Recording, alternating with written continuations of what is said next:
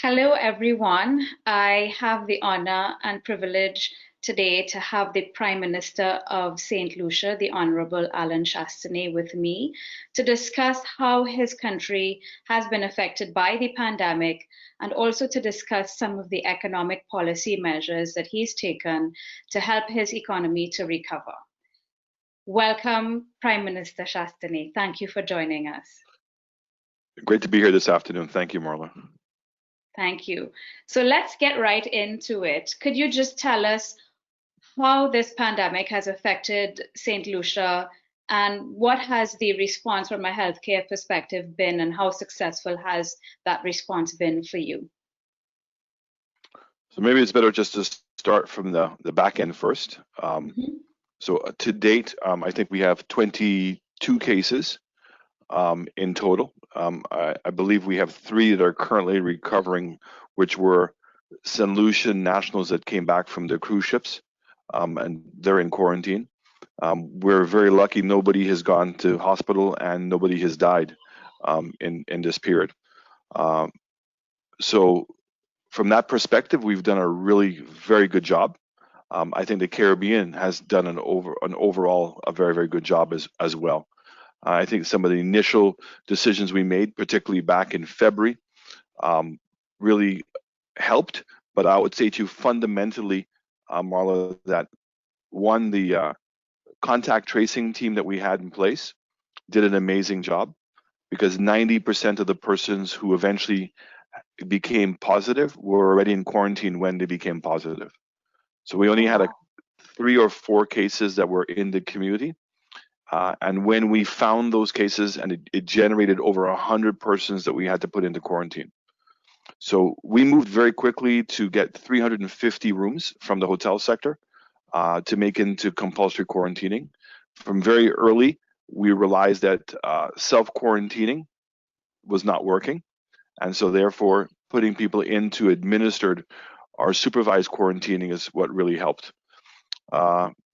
And that really has led to our success. And since then, the first goal was to try to slow it down in order to make sure that we had better facilities. So we were opening up a new hospital anyway. So we advanced the date on moving into the Owen King hospital and converted the old hospital immediately into a respiratory hospital. So we have a dedicated hospital right now with about 90 beds as a respiratory hospital.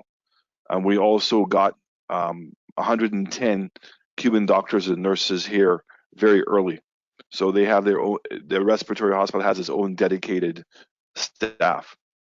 So from that perspective, from a health perspective, we've done extremely well. And just last night, we announced the opening of our borders. As you may or may not know, the leaders of this region asked me to help put together a protocol for reopening the borders. And on June 4th, we had announced that protocol, which required pre-testing. Was a critical component to it, so that persons that were coming from any of the other affected countries, that they would have to be pre-tested. Both Antigua and Jamaica broke away from that marginally, in that they still were testing people, but they were allowing people to be tested on arrival. And that certainly has created a lot of problems that I'd like to say that we anticipated. And now they've reverted back to now pre-testing people before they arrive. So we have about 19 flights a week that will start this weekend, primarily from the US, and 1 flight a week from the UK and 1 flight a week from Canada. So we've kept it very restricted in that we only have 6 hotels that we've certified. So all tourists will have to go into those hotels. They will not be allowed to go outside of the hotels. So it'd be a confined vacation and an enclave per se.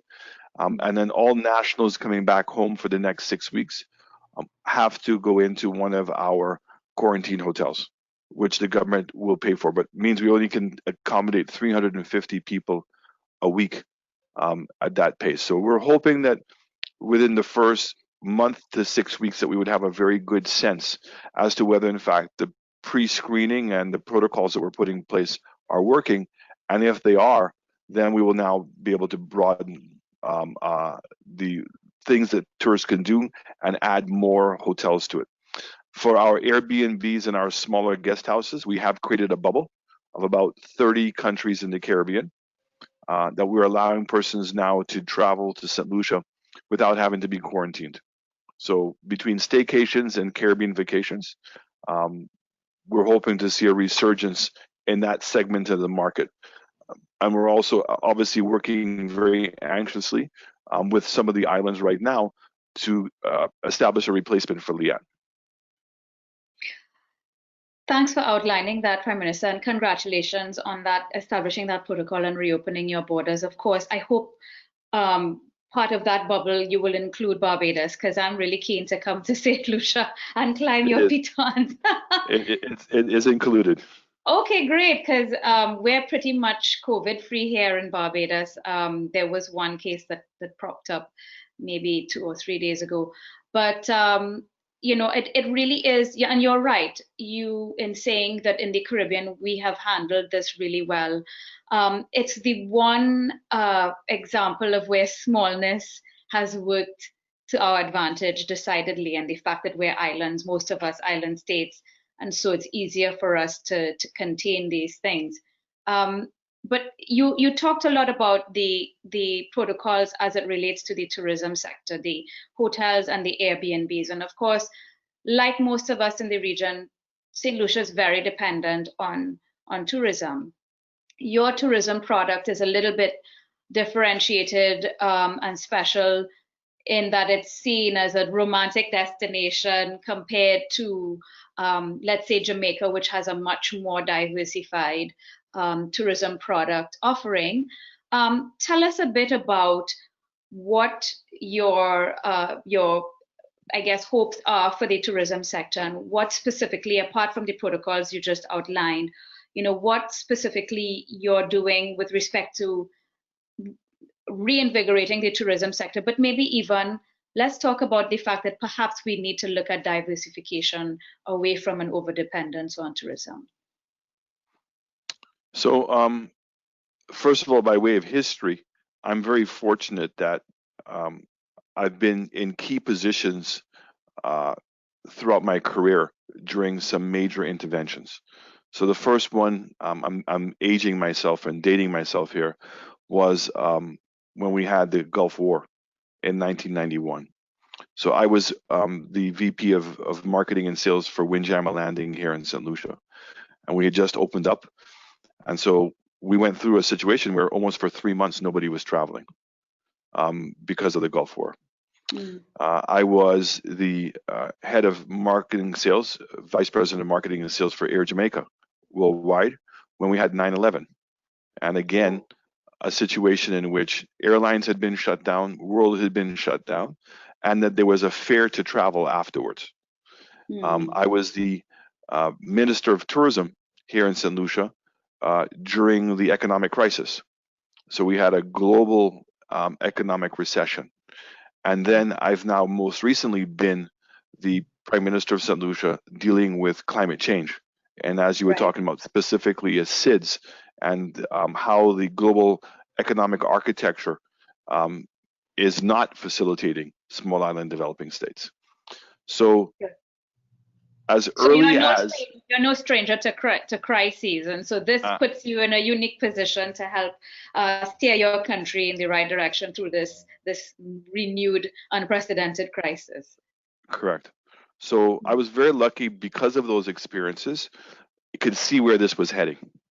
Right. So in the middle of February, when I was saying to some of my colleague prime ministers and also to the governor of my central bank that the likelihood is that there's a chance that all of the airlines will stop flying and all of the hotels will be shut and there would be no tourists in our country. So I can say to you in the middle of February, nobody really saw that. Nobody could envision that could ever happen. People thought it could have slowed down. I know there was a country, you and I know the country very well, and we were on a meeting, I think it was the latter part of February, with the World Bank and the IMF. Sorry, I think it was the latter part of March. And that country was still saying that their GDP was only going to contract by 0.5%, and that the fundamentals in the American market were fine, and there's no problem. We're going to have a little bit of a bump, but everything is going to be okay. And I was just like shaking my head, going, "What is it they're looking at that I'm not seeing?" So because of that, and also because that I'm an economist, as well as understanding the satellite account systems. So for many years, when I was president of the Caribbean Hotels Association, chairman of the Caribbean Tourism Organization, and obviously as a minister of tourism, have been pushing for the longest time that the central banks insist in this region that we invest in satellite accounting systems. So the satellite accounting systems help now really clearly understand the impact of tourism. Right. Because the macroeconomics doesn't. So here in St. Lucia, the macroeconomic number is that tourism is around 12% of our GDP, which is absurd. Understated.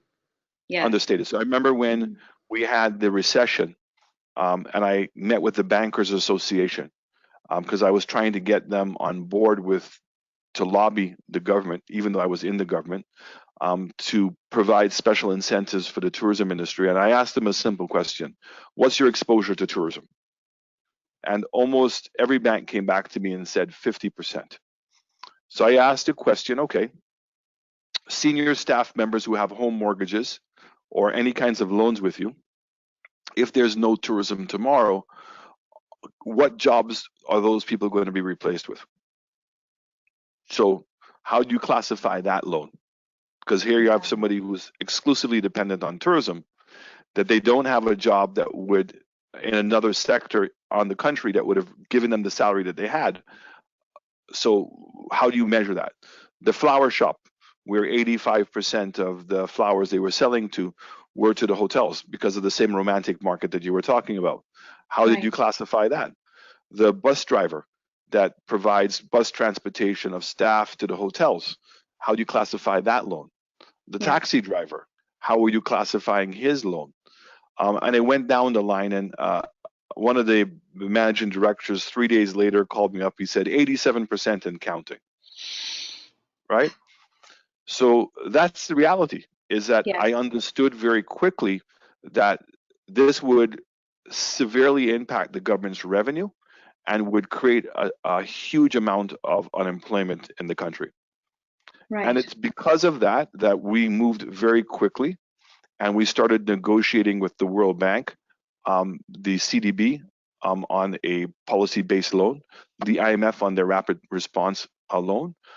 We were working with the central bank to put a stimulus in place where all of the banks simultaneously would announce a minimum of a 3-month moratorium, possibly an extension for another 3 months, but that we were looking to a problem that would probably last somewhere between 6 to 9 months. And remember, this is back in February that we were already doing that. So we recut our budget on the basis that the initial prognosis was the GDP was going to contract by 10%. And as a result of it, our revenue was going to drop from 1.1 billion to 925 million. But we had a big elephant in the room in the case of St. Lucia, in that we have $700 million in bonds and treasury bills that were coming due this year. And certainly given what was taking place, the certainty we would have had that those would have just been rolled over, we had to certainly put a question mark as to what percentage would want to be redeemed at any point. So we did scenarios between 25% redemption and 50% redemption, and tried now to put that in. So there was a shortfall in our budget based on the traditional deficit of about 3%, plus now the drop in revenue, plus the possibility of having to take a 25% redemption, that created $900 million hole. And the question is, you're a 3% deficit, could you rely on going to the regional bond market as you traditionally had to borrow the money? And we didn't think that we could. Right. So the good news is that between the IMF, the World Bank, CDB, ECCB, and bank overdrafts, and also Taiwan, where we were able to repurpose one of our loans, we raised the $900 million. Now, wow, congratulations. yeah, so it took a tremendous amount of anxiety off of the table. Right. So the good news is that we were able to do that. The bad news is I'm not a person who likes to borrow money to cover deficits. You know, Yeah. I don't mind borrowing money for some level of deficit. Certainly, I'm not happy with 3%. I'm much more comfortable with 2%, 1.5%, if needs be. But I certainly don't like to borrow money to pay for money. Yes. So this is not good borrowing. I'm not going to sit here in any way, but we're in an extraordinary circumstance where, yeah. What other options do you have? The other option you have is to say, okay, is your new normal now the $800 million in revenue versus 1.2 billion? And I think it's too early to make that prediction.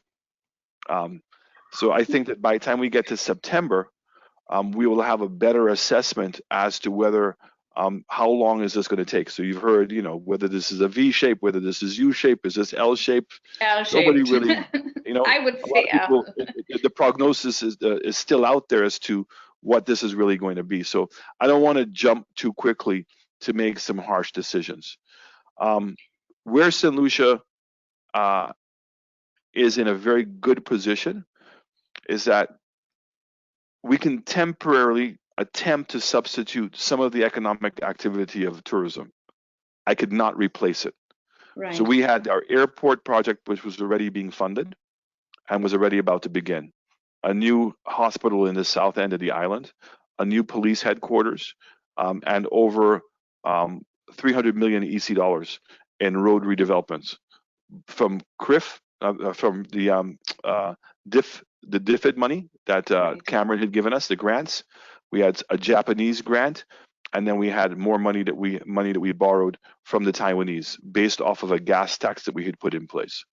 So all of these loans were being funded by new revenue streams. So we increased our airport tax, created a lockbox, created a gas tax, created a lockbox.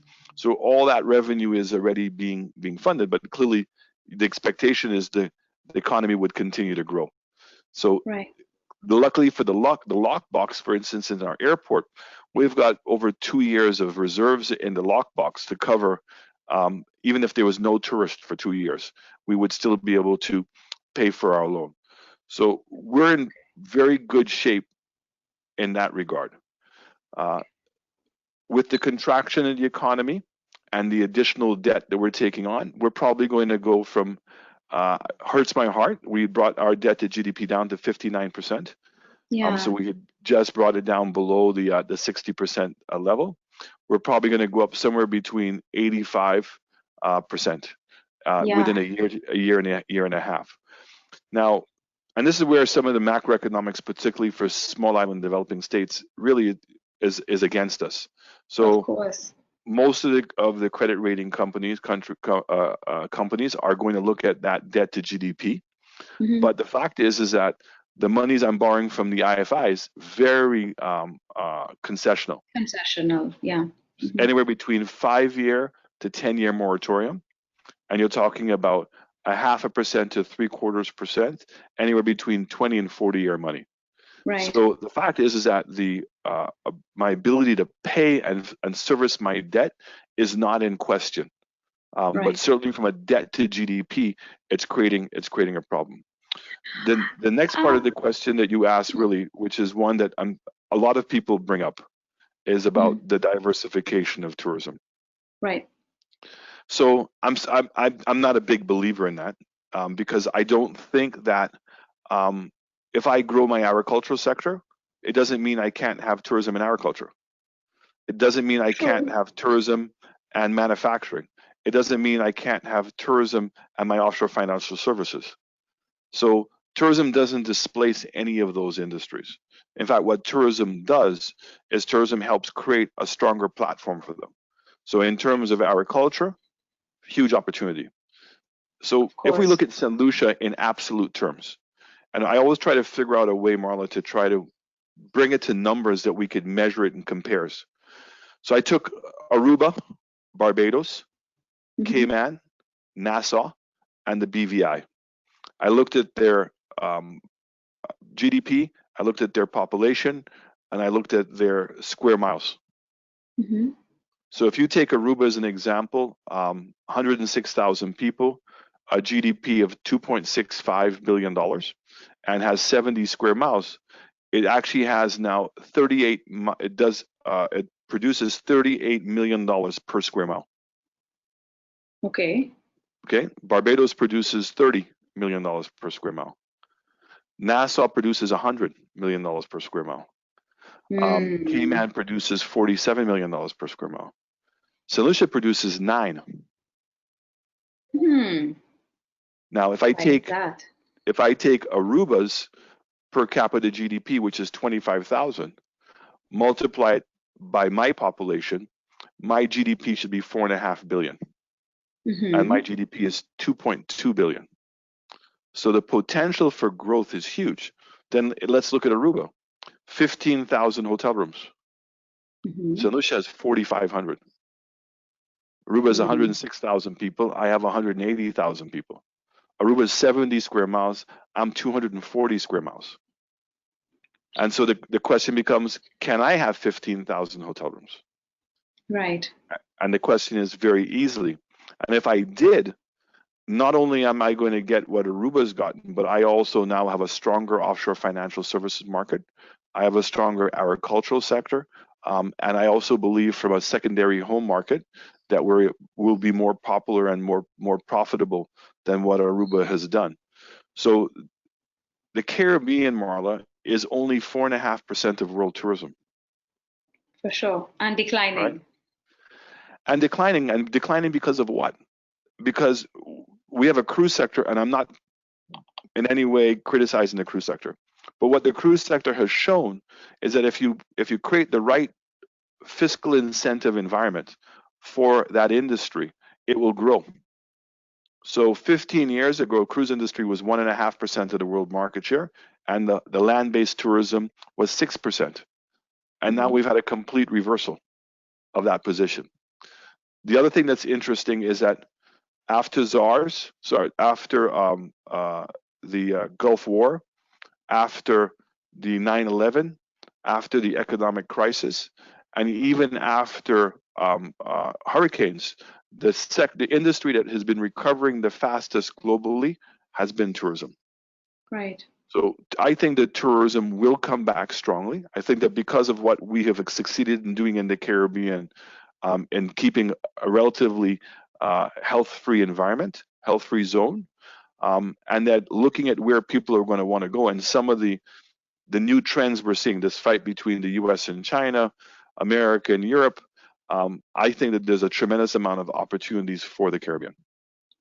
No, I agree with you, and I hear your points around the potential of the tourism sector for growth, certainly with those metrics that you outlined for St. Lucia. My only concern is, when you put all your eggs or most of your eggs in one basket, it makes you much more vulnerable to the factors that influence that sector. And of course, we're seeing that very, very clearly now with this pandemic as it relates to the tourism sector. Now, my counter to that high level of dependence should be that if you know you have a risk factor, and this is how banks think, and forgive me for thinking like a banker, having been in the financial services sector for 20 years, if you have this vulnerability or this risk, you need to make provisions against it. And so the countries that recognize that they have this vulnerability or any vulnerability to any sector and exercise the fiscal prudence necessary and put money aside and build buffers, external buffers and fiscal buffers, Cayman Islands being the perfect example in this region, you would find that that's how I should say you counteract the vulnerability that goes with the overdependence on any one sector. I feel like that strategy is not perhaps well embraced in the Caribbean as it should be. But I do hear you around the growth, and insofar as you've differentiated your tourism products significantly from the others in this region, one would presume that there is a stickiness to that market that you've carved out for yourself.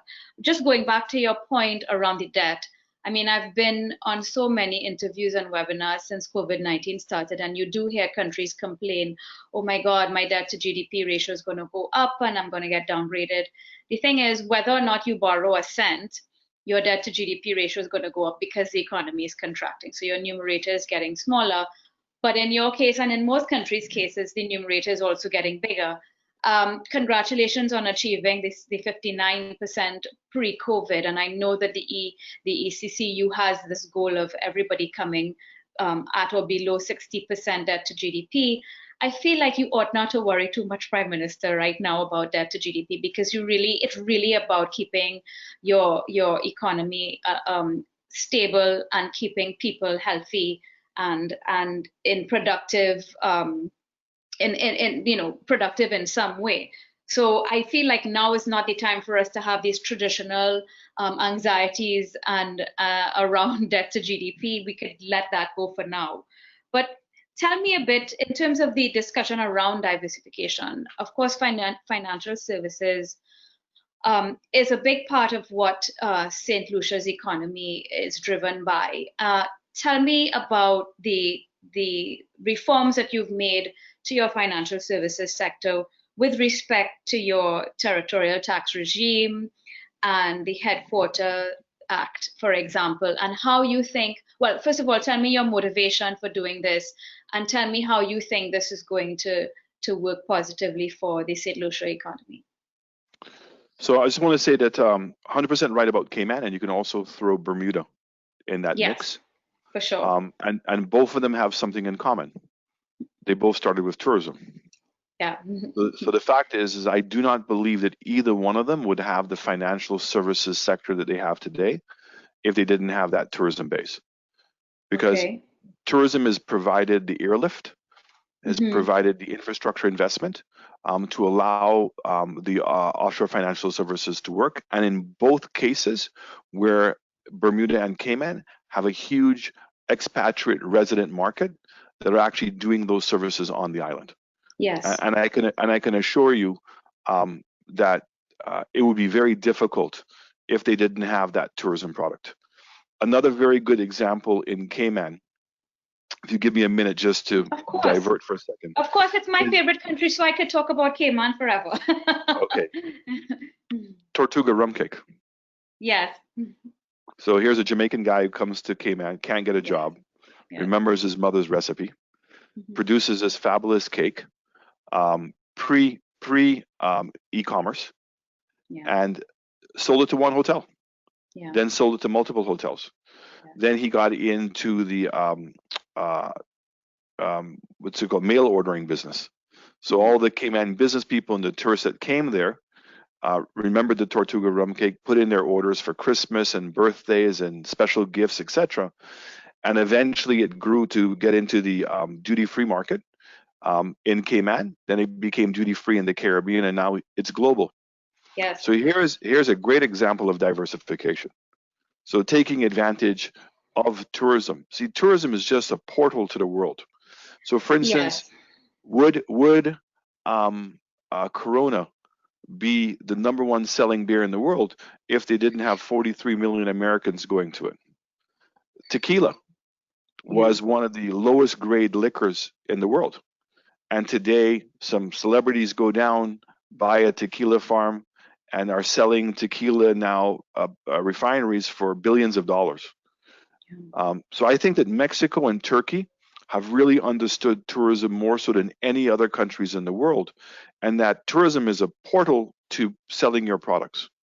Agreed. And once we capitalize on these forward and backward linkages that the tourism sector offers. I remember years ago, I don't know if you were in the room at a CDB annual meeting where the the Jamaican tourism minister said, we have to change this model where we're bringing the tourists in the plane and we're bringing the food to feed them in the belly of the plane. We need to have these forward and backward linkages through our agriculture sector, for example, and manufacturing of rum cakes and so on, and alcohol, to therefore spread the benefit of the tourism sector and tourism revenue throughout the economy. So I very much agree with you that it can be a real catalyst for diversification into other sectors.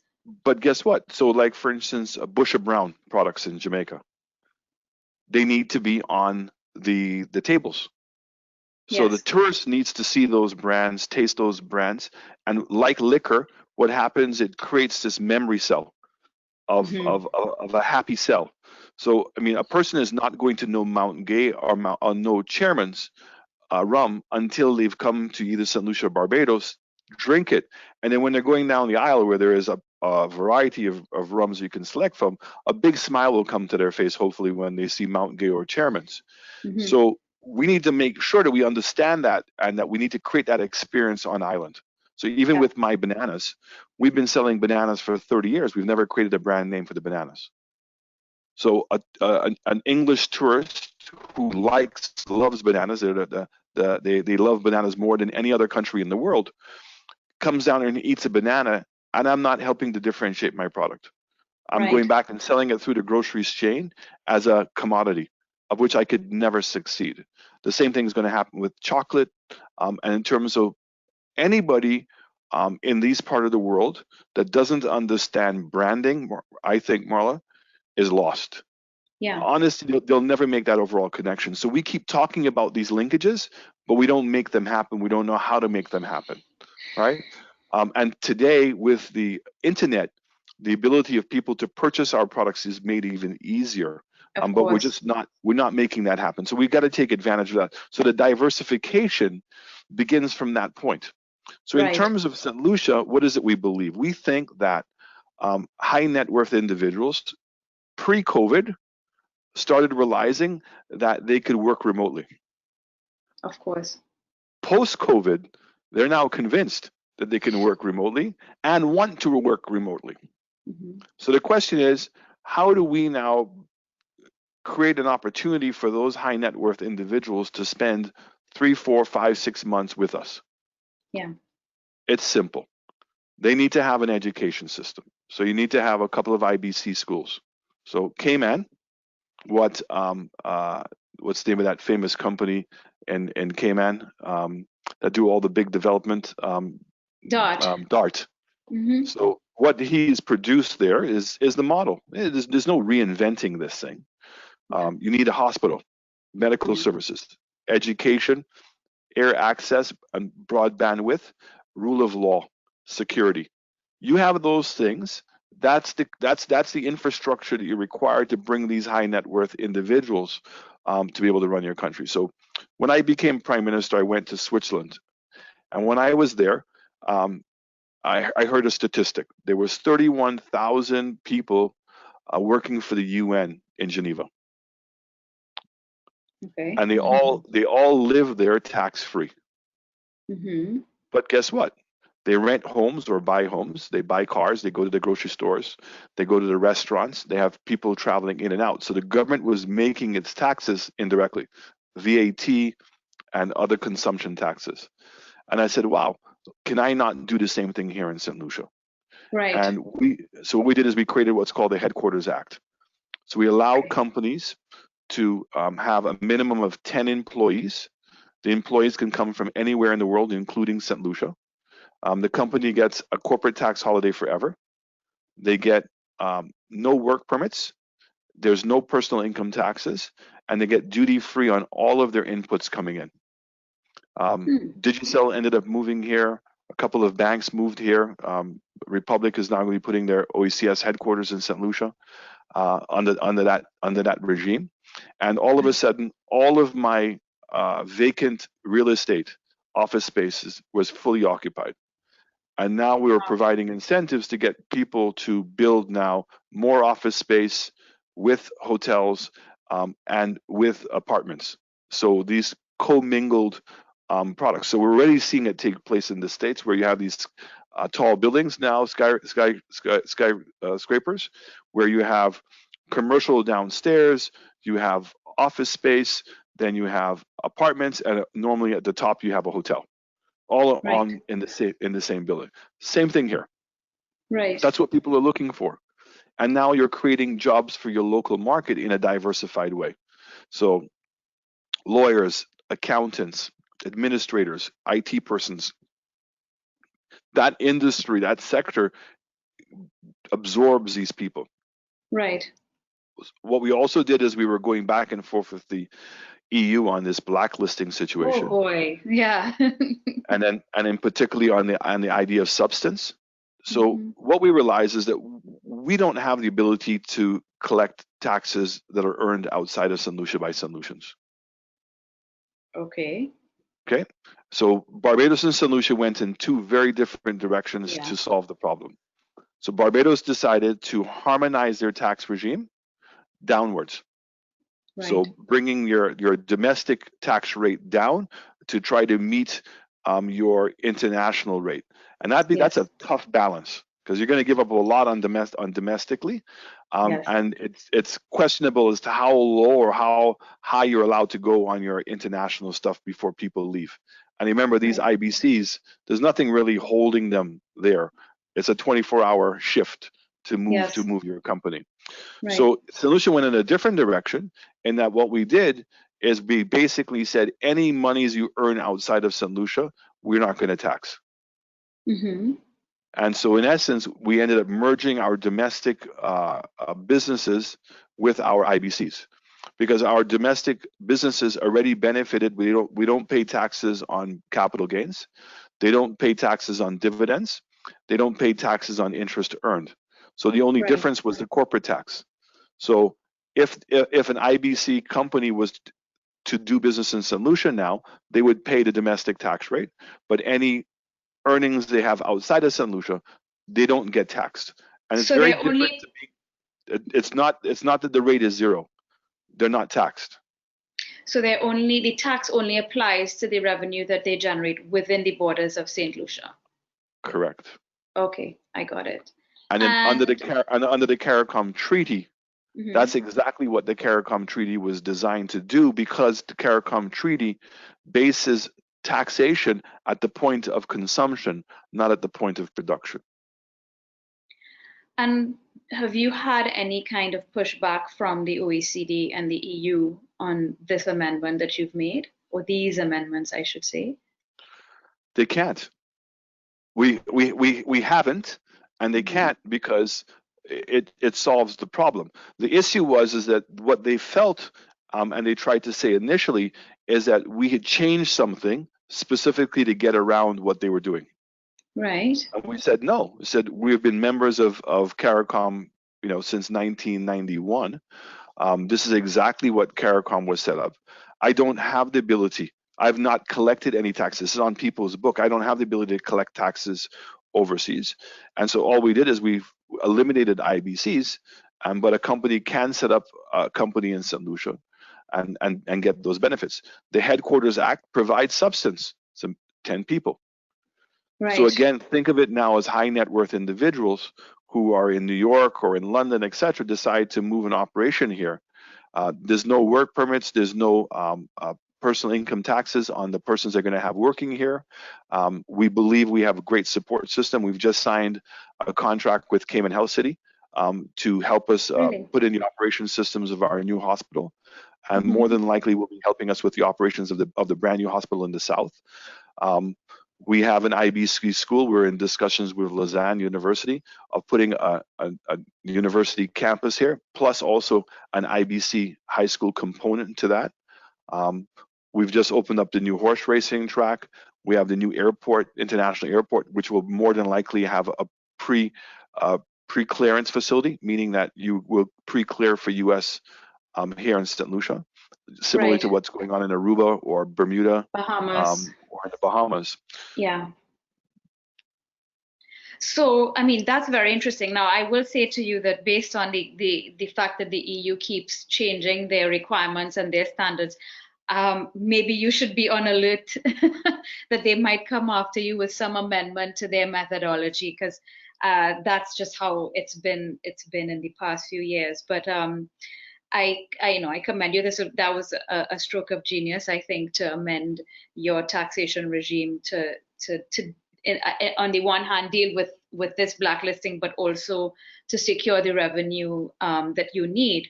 Now, in discussing what's happening with respect to alternative sectors and alternative ways that you've chosen to drive economic activity and fiscal revenue, the Citizenship by Investment program, there is that COVID CIP bond that you discussed. Tell us about that, and tell us about your Citizenship by Investment program, and how does that take St. Lucia forward? So we came into the game very late, and so the former government actually started it. But I have said publicly, St. Lucia was already in the CIP business, simply because a person getting a citizenship in Dominica, Antigua, St. Kitts, or Grenada were allowed to come and do business and live in St. Lucia, and treated like a citizen, with the exception of just being able to vote. So we were in the business, and so it was really foolhardy, I think, on St. Lucia's part not to have a program. I'd like to say from the onset that ideally I would like the OECS, I support the idea of this OECS having a singular CIP product. Yeah. And I think it would be better if it was run from the OECS Secretariat, and that a mechanism could be found to distribute the money. Right. So part of the money would go towards strengthening the OECS Secretariat, and then the other part would be on a distribution base. I even think that from a fair factor from the US, Canada, the UK, and Europe, that everybody would be less fearful of that. Because countries are allowed to have a citizenship program. They all do. An athlete in England who gets a contract for £10 million a year automatically qualifies to become a citizen, right? So the US has its own programs. Everybody has their own. Canada had a citizenship buy-in program even long before we did. So I knew that we would not want to compete on price. And we wanted to find a way to differentiate our product. So we put in what we thought was the competitive price, sadly, which is $100,000, and focused on the products, and also said that we were going to have a very stringent due diligence program. And I'm very proud of the fact that that's exactly what we achieved. So how do we differentiate the product is to go after high net worth individuals. So one, offering the headquarters. So a person now can become a citizen in St. Lucia, open up a headquarters, and is both a citizen and shows that he has a business in St. Lucia. So it doesn't seem like he's just carrying a passport for a passport's sake. The other one is that we're in the process of creating a residency program. So that fact, a person can either purchase real estate in St. Lucia through the CIP program, and now pay taxes of about $35,000 a year. So again, now a person can say, I have a residence in St. Lucia, I have a business in St. Lucia, I pay personal income taxes in St. Lucia. So it gives them the substance when they're going around the world. So St. Lucia is not going into the volume game. What we're going into is quality, and trying to go after individuals of high net worth, and that they're going to bring their friends here. So I look at Barbados as a very good example. One of the things I think personally that was a critical success to Barbados was the Concorde. So the Concorde only flew to 4 places in the world: New York City, London, Paris, and Barbados. And in those days, people didn't have as many corporate jets as they did now. And so the who's who of the world flew on Concorde, and the only place to go for warm weather was Barbados. And they came down to Barbados and bought villas. And all the persons who wanted to do business with them now were buying villas around them. And so Barbados was really in the villa business, but kept on thinking that they were in the tourism business. So they kept on advertising to come to Accra Beach for $800, for a week, whereas really people were paying $10,000 a night or more to be in a villa. And Yes. if you think it from a comparative advantage, I think that the only other destination, Bermuda maybe from a villa perspective, Cayman to a lesser extent in those days, and oh God, Anguilla, maybe? not even Anguilla. It's in New York, outside of New York City. There's a place where all the wealthy people would go for the weekend. The name Martha's escapes me. Vineyard? No, not Martha's Vineyard. It's in New York. Okay. Oh, okay. Anyway, Anyway. so the point is that Barbados was in very small group. And how did I know that Barbados didn't get that? Because when the Concorde stopped flying, they never did anything to differentiate themselves of these high net worth individuals. So when those persons came, they just automatically started treating them like they were flying domestically. I think that Barbados would have been in a position in those days to have convinced Virgin or convinced BA to actually have one plane maybe that would be reconfigured all first class. Right.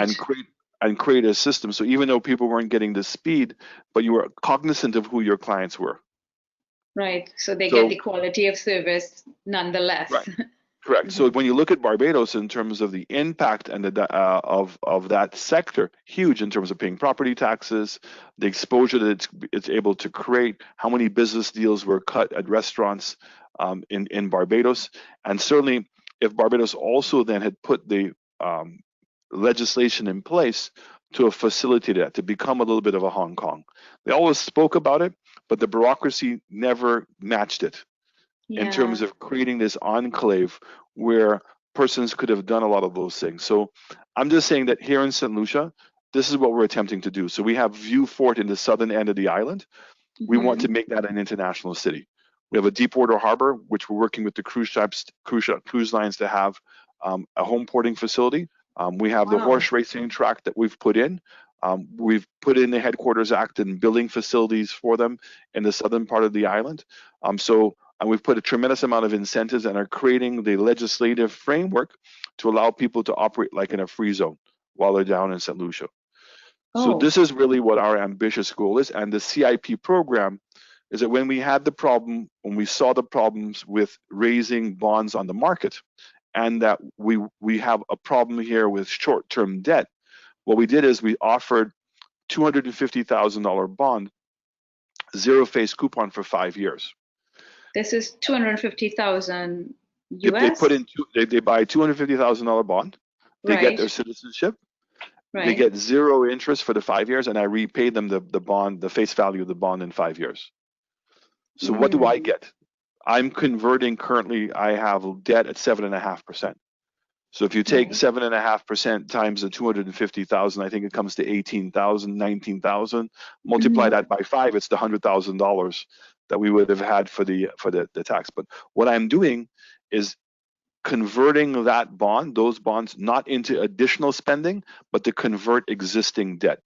So all I'm doing is taking pressure off of ourselves by taking some of our shorter term debt and maybe some of our expensive longer term debt and converting it into this new instrument.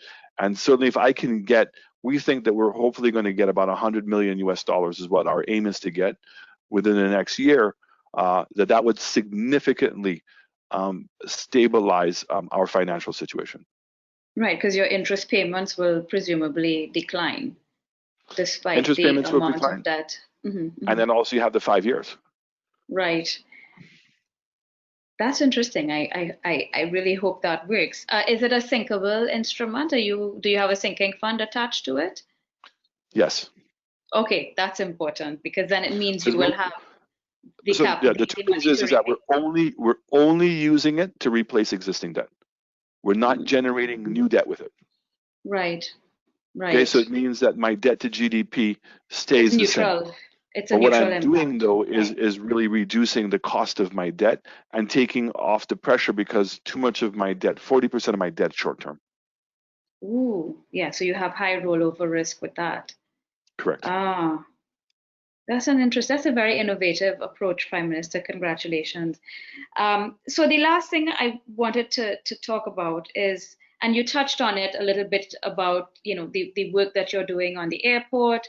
You talked about a new island, 300 acres. Tell me a bit about that, but tell me about the infrastructure projects.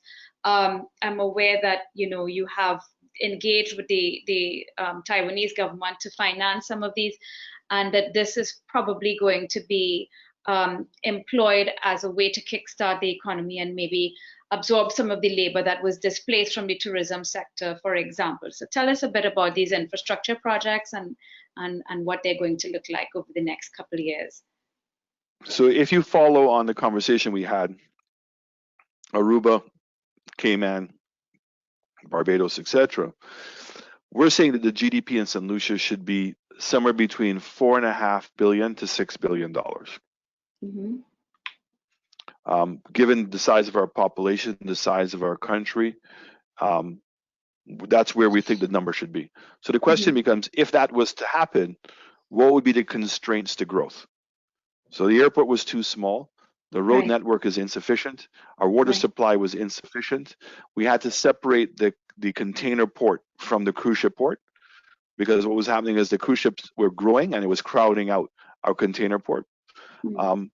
And we then had to now look at new infrastructure in the southern part of the island, because that's really where the huge opportunity. We have 10,000 acres of land with a deepwater harbor, international airport, and an international hospital in that location already.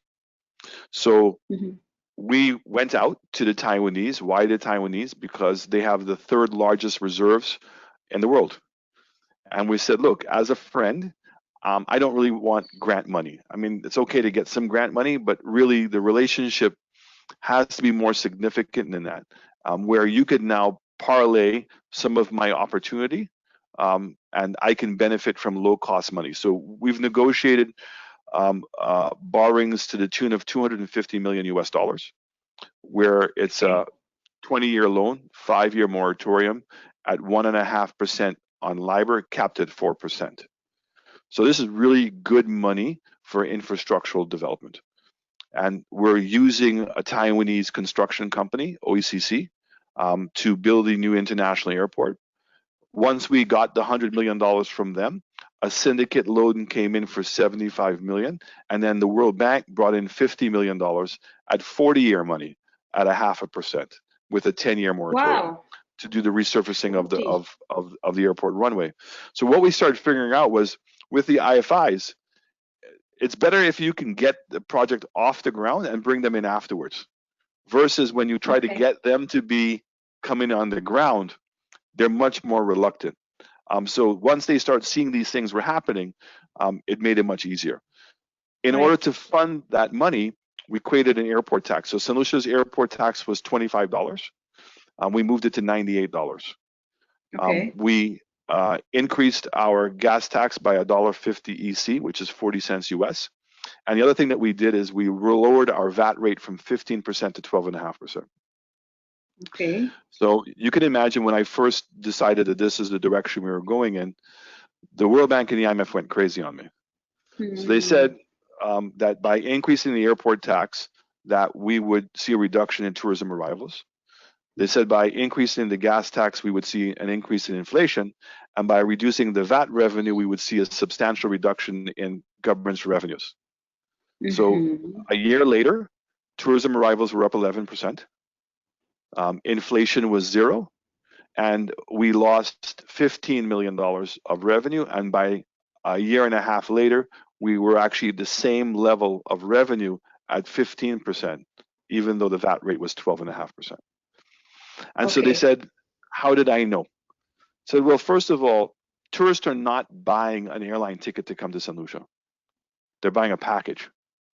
Right. So it's the hotel, the tours, and also the airline ticket. So a $75 increase over a 7-night stay is 2 cups of coffee a day. Yeah, I see what you mean. Makes 0 impact. The VAT rate going down offset the possibility of inflation with the gas going up. Right. But between the gas tax and the airport tax, we generated over 150 million EC dollars of additional revenue. But what we did, Marla, is we never allowed that revenue to go into our consolidated fund.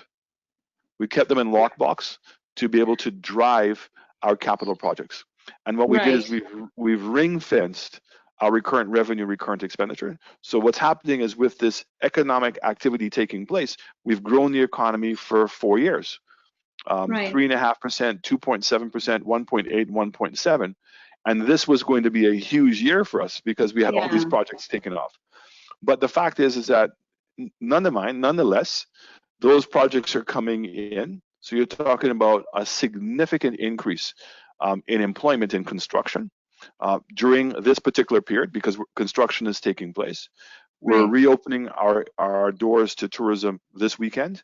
I would like to think that it'll probably take until September, October before you start seeing those numbers build up, and hopefully no continued outbreak, and that we're learning how to coexist with COVID. Fingers crossed. Absolutely. And that we probably would see some significant recovery to our tourism product by the time we get to November, Christmas. Generally speaking, in the U.S., when there's a U.S. elections, there is a dampening of the market for the last 2 months. This is probably going to be a highly competitive and hard-fought election, so I can't see that trend is going to be much different. But certainly with the UK, they have their own bubble, so it's not like the British get to go everywhere in the world. And I think the Caribbean is going to be a great location for them to come to. So I generally think that if we're able to show that we can coexist with COVID, that the protocols that we're putting in place, it's not to say we're not going to get some outbreaks. But we're continuously to practice the discipline of the mask, the hygiene, where staff have to do their laundry on property, they leave their shoes on property, they take a shower on property, they get their own bus to go back home. That's what we have to do. The million-dollar question, Marla, I think that we're going to have to ask is, normally when we see a recession, there have to be competitive prices. And so I think that the governments are going to have to forego some tax revenues for a period of time to help offset some of those costs to get the competitiveness going. But I think that the maybe because there's a limited competition, that we might be able to maintain some kind of price integrity, but we'll see what's going to happen. You know, what's interesting is it's very rewarding when you do things pre-COVID and something like COVID comes along, and all the programs the government had, the e-government. So we're going to have within 2 weeks another 14 government services online. By the end of the year, we'll have 54 government services online. A new e-registry of companies would have been completed. We're going to a completely system for education, which are e-books. So all the books are downloaded electronically. Teachers now have all the administrative support. We have the Headquarters Act that we're putting in, the infrastructure that we're putting in with the resilience building. All those things now have shown us we were heading in the right direction. Right, so COVID validated everything that you were doing before. That has been the most incredible and rewarding aspect of what we've done. Right. Well, congratulations for that. I mean, this sounds all very exciting. So I congratulate you, Prime Minister, on these initiatives. I really hope that they do. Certainly, it seems like COVID has validated that what you were doing was pro-resilience, pro-sustainability anyway. I'm pretty sure that there are other countries in the region that will be looking at what you've done and trying to play catch up with you. So congratulations on that. And thank you so much for taking the time to talk to us about all of the impacts that you've felt in St. Lucia with respect to this pandemic and everything that you've been doing before and currently around helping to build and sustain resilience in your economy and to drive growth. Congratulations again, and thank you very much for spending this time with us. Great, and the flight's hopefully going to be starting very soon. I think that we should have a couple of airlines in place to replace Liat, so hopefully we'll see you very soon. I'm looking forward to it. I mean, it won't be Liat. I already lost some money, and I was supposed to be in Beckway over Easter, so lost that ticket.